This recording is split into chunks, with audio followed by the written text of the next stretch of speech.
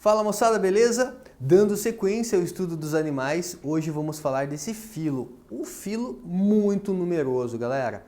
É o filo que tem aí uma quantidade imensa de animais, né? Muito populoso. Quando a gente pensa assim, nós temos aí 7 bilhões de seres humanos no planeta, quase 8 bilhões, é muita gente, né? Muitas pessoas aí no nosso planeta, mas 7 bilhões não é nada, gente. Perto de 100 trilhões, né, de indivíduos que a gente pode encontrar dentro desse filo aqui. Então é muita espécie, é muito animal aí dentro do filo dos artrópodes.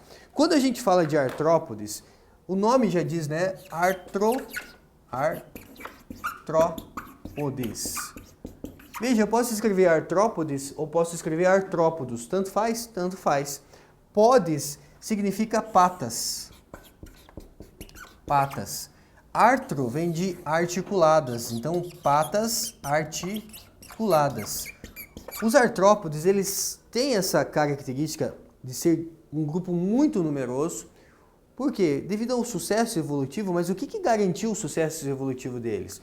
Essas patas articuladas, eles têm um exoesqueleto, né? Um exoesqueleto. Esse exoesqueleto, ele é formado por quitina. Quitina. Cuidado, gente. Quitina não é uma proteína. Quitina é um carboidrato, é um açúcar, certo? Eles têm um exoesqueleto quitinoso, é como se fosse uma armadura. Manja a armadura lá do Homem de Ferro, dá um poder então, né, para o Homem de Ferro. Aqui eles não têm uma armadura igual ao do Homem de Ferro, mas eles têm um exoesqueleto, uma armadura quitinosa. Quando você vai lá, por exemplo, matar uma barata, você pisa na barata, faz aquele barulho crocante. Esse barulho crocante da barata quebrando, na verdade, o que está quebrando? São os ossos da barata. Não, não tem osso, tem quitina, certo? Tem a quitina, então você está quebrando ali o exoesqueleto quitinoso, certo? Vamos lá.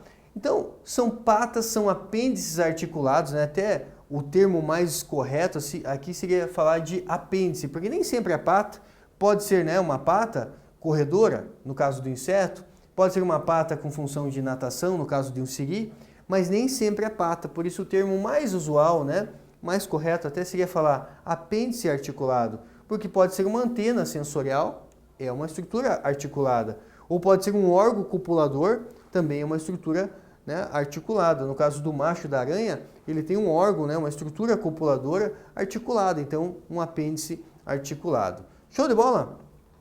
O exoesqueleto então de quitina, e ele ainda é impermeável, ele auxilia nesse processo na proteção contra a perda de água, na economia de água, e ele é impermeável, ok?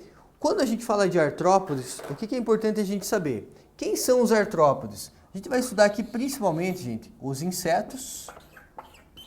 Então vamos falar dos insetos, vamos falar dos aracnídeos, vamos falar dos crustáceos. E ainda tem um outro grupo aqui que são os miriápodes. Os miriápodes. Nossa, professor, esse eu nunca ouvi falar. Quem são os miriápodes? Podes significa o quê? Patas, apêndices, né? Miriá vem de mil.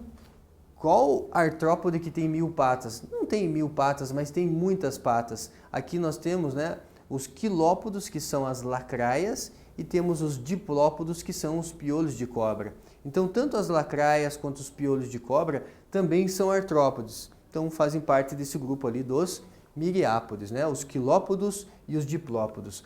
Esse gráfico aqui é bem importante, gente. Por quê? Como que acontece o nosso crescimento? O nosso crescimento, basicamente, ele é um crescimento o quê? Contínuo. Então, o nosso crescimento, o crescimento de um animal que não é um artrópode, ele obedece a essa curva vermelha aqui. Então, conforme a gente vai desenvolvendo em função do tempo, a gente vai crescendo, nosso crescimento é o quê, gente? Contínuo. Você vai crescendo, até chega um momento que você estabiliza, né? Mas o nosso crescimento é um crescimento contínuo, ok? Enquanto que, como que é o crescimento de um animal artrópode? Imagina você ter uma armadura do Homem de Ferro. Ah, professor, seria muito massa. Eu imagino, também teria vontade, né? Muito massa, muito legal. Mas se você tivesse uma armadura do Homem de Ferro, como que você ia fazer para crescer?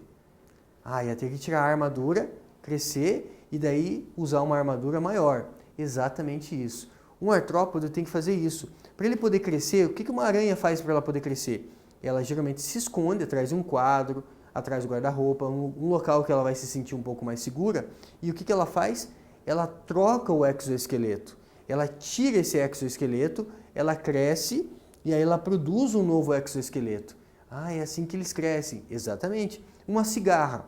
A gente fala, a cigarra estourou de tanto cantar. Na verdade, não. A cigarra, não é que ela estourou, ela trocou o exoesqueleto. Nesse momento que ela troca o exoesqueleto, ela pode crescer e daí ela produz um novo exoesqueleto. Então, o crescimento de um animal artrópode, ele ocorre a partir do quê? De um processo chamado de crescimento descontínuo. Enquanto o crescimento de um animal não artrópode, é o nosso caso, nosso crescimento é contínuo, o crescimento de um animal aí artrópode é um crescimento que descontínuo.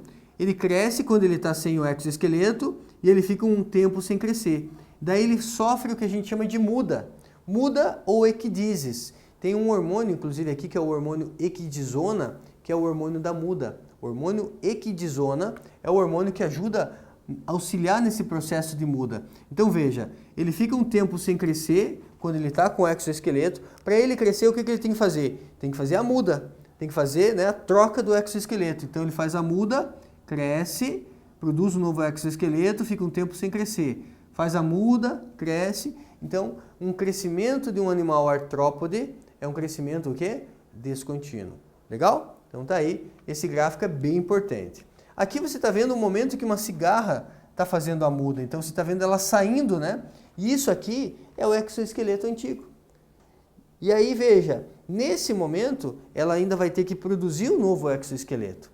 Vai ter que produzir um novo exoesqueleto, então ela fica um momento ali mais vulnerável, por exemplo, a ataques de predadores. Agora você vai ver a troca de um exoesqueleto em um crustáceo. Então olha só essa animação aqui, ó. O que está acontecendo aqui, ó? Ele está saindo, liberando o exoesqueleto antigo, olha só. Isso aqui é o exoesqueleto antigo. E aí ele está saindo lá. Por que ele faz isso? Para poder crescer. Nós chamamos então esse processo de equidise ou muda, né? Troca do exoesqueleto. Isso vai acontecer então em todos os artrópodes? Em todos os artrópodes, né? Nas aranhas, às vezes em casa a gente encontra uma aranha seca, a gente pensa, a aranha morreu seca. Provavelmente não. Provavelmente aquele é o exoesqueleto de uma aranha que provavelmente está por aí, né? Em algum lugar, porque aquilo é só o exoesqueleto dela. Legal? Partes do corpo. Nós temos então insetos, aracnídeos, crustáceos, esses são os três principais dentro do grupo, então vou falar um pouquinho mais sobre eles. Os insetos, eles têm o corpo dividido em cabeça, tórax e abdômen. Então a gente diz que o inseto tem 3 tagmas, 3 estruturas. Lembrando que os artrópodes também são segmentados. Não é uma segmentação tão evidente quanto lá nos anelídeos, mas artrópodes também são segmentados. Então eles têm aqui a cabeça, o tórax e o abdômen. Tanto os crustáceos quanto os aracnídeos, né? Crustáceos e aracnídeos têm o quê? Cefalotórax. O que é um cefalotórax? É a cabeça fundida no tórax. A gente chama do quê? De cefalotórax e abdômen. Lá nos aracnídeos, né? Quando eu falo de aracnídeos, não são só as aranhas, tá, gente? Eu tenho lá as aranhas, os escorpiões, por exemplo, são aracnídeos. Nos aracnídeos também tem cefalotórax e abdômen. Cefalotórax está associado a uma cabeça que é fundida no tórax, né? Então, nos insetos temos aí o corpo dividido em 3 tagmas. Nos crustáceos e nos aracnídeos temos 2 tagmas, o corpo dividido em 2 partes. Esses animais, eles podem sofrer geralmente aí o que nós chamamos de metamorfose. O que é metamorfose? Durante o desenvolvimento, né, você pega aqui, por exemplo, traça de livro. Né? Você já viu uma traça de livro? A traça de livro, quando ela é filhotinho, quando ela é muito jovem, ela já tem mais ou menos o mesmo formato do adulto. É basicamente o mesmo formato do adulto, exatamente igual, só que menor. Então a gente diz que uma traça de livro não sofre metamorfose. Ela é um artrópode, o que, gente? Ametábulo, ou seja, não tem essa metamorfose. Mas nós temos, por exemplo, os gafanhotos, e gafanhoto tem uma metamorfose, né, que a gente chama aí de hemimetábulo. Veja, tem o jovem e tem o adulto. O adulto a gente chama de imago, tá, galera? Posso chamar o adulto de imago. O que é a ninfa? A ninfa, ela é muito parecida com o adulto, mas ainda não tem ali, por exemplo, algumas estruturas como, por exemplo, a forma de asa e ainda não é madura sexualmente, então a gente chama de ninfa. Mas veja, a ninfa ela tem uma semelhança com o adulto, mas não é exatamente igual ao adulto, então aqui a gente diz que tem uma metamorfose, né, do tipo hemimetabolia. E tem a maioria aí dos artrópodes que são holometábolos. Holo quer dizer total, ou seja, metamorfose completa, enquanto hemimetábolo seria uma metamorfose incompleta. Na metamorfose completa é quando tem lá uma fase de ovo, temos uma larva, temos uma pupa. Pupa é o casulo, por exemplo, da borboleta. Então tem fase de larva, tem fase de casulo, que nós chamamos de pupa, e tem a fase de imago, que é o adulto, certo? Então, essa seria aí, né, exemplos de metamorfose que a gente pode encontrar dentro desses grupos aí. Tudo bem? Bora lá falar um pouquinho então dos aracnídeos. Em relação aos aracnídeos, eles têm céfalo-tórax e abdômen, cabeça fundida no tórax, ok? O que é importante eu saber? Os insetos, gente, eles apresentam 6 patinhas, ou 3 pares de patas. Então, insetos têm 3 patinhas, ou 6 patinhas, ou 3 pares de patas. Enquanto um aracnídeo tem 8 patas, ou 4 pares. Né? Então, cuidado, às vezes a questão fala em pares, às vezes fala em números somente. Então, os aracnídeos apresentam 8 patinhas, certo? Ou 4 pares de patas. Não tem mandíbulas, uma aranha não tem antena, enquanto que inseto, né, é uma característica lá, a presença da antena, por exemplo, aqui não tem antena. E as aranhas vão ter o quê? Vão ter uma glândula que é chamada glândula de seda, que produz a teia, né? Então, as fiandeiras. E as fiandeiras ficam próximo do ânus, então, da aranha, onde ela consegue produzir ali a teia. Então, essa teia é produzida por uma glândula chamada glândula de seda ou fiandeiras, certo? Tem, além, né, das patinhas, estruturas que a gente chama aqui de pedipalpos. Pedipalpos utiliza no processo ali de auxiliar na alimentação e tem as quelíceras que usa para inocular ali muitas vezes o veneno quando essa aranha é venenosa, ela tem ali as quelíceras, tá? Dentro desse grupo, gente, nós temos aí, né, os escorpiões também fazem parte desse grupo. Nós temos aí, né, os ácaros, um ácaro que causa rinite alérgica também faz parte do grupo aí dos aracnídeos. Beleza? Olha só, curiosidades, né? O cravo também é um aracnídeo. Então aqui você está vendo o cravo. O cravo, geralmente ele vai viver ali, né, na base do pelo, no folículo piloso, se alimentando de células mortas, inclusive o nome científico, né, Demodex folliculorum. Então o cravo é um aracnídeo. Ai, professor, é um aracnídeo. Sim, ó, visto em detalhe aqui, ó, você consegue ver ele em aumento. É um aracnídeo aí não muito simpático, né? O cravo, certo? Então, quando às vezes, vou fazer uma limpeza na sua pele e vou tirar alguns cravos, né? Então, o cravo ele gosta de se alimentar ali de células mortas que vivem na base do pelo. É um aracnídeo.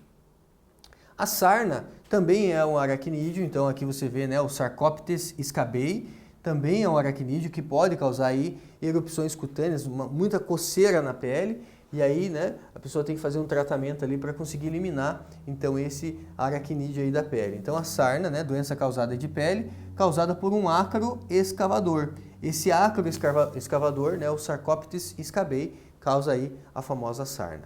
Em relação à anatomia da aranha, o que a gente pode destacar aqui? As aranhas apresentam lá o que a gente chama de filotraqueias, que são estruturas utilizadas aí para respiração, certo?